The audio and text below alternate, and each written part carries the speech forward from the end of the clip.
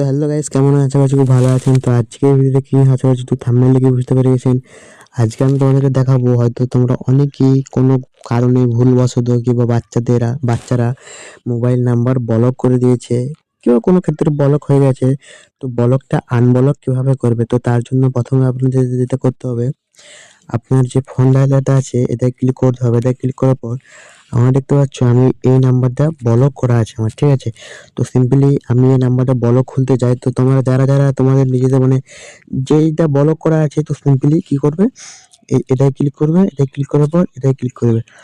এটাই ক্লিক করে দেওয়ার পর যেটা করতে হবে, তুমি এখানে তুলে একটু দেখতে পাচ্ছ, এই যে এখানে দেখতে পাচ্ছ আনব্লক যেটা আছে, এটাই ক্লিক করে দেবে। এটাই ক্লিক করার পর সরি এটা ক্লিক করার পর এই যে এইটা আসছে, এটাই ক্লিক করে দেবে। এটা ক্লিক করে দিলে কিন্তু ব্লক আনব্লক হয়ে যাবে।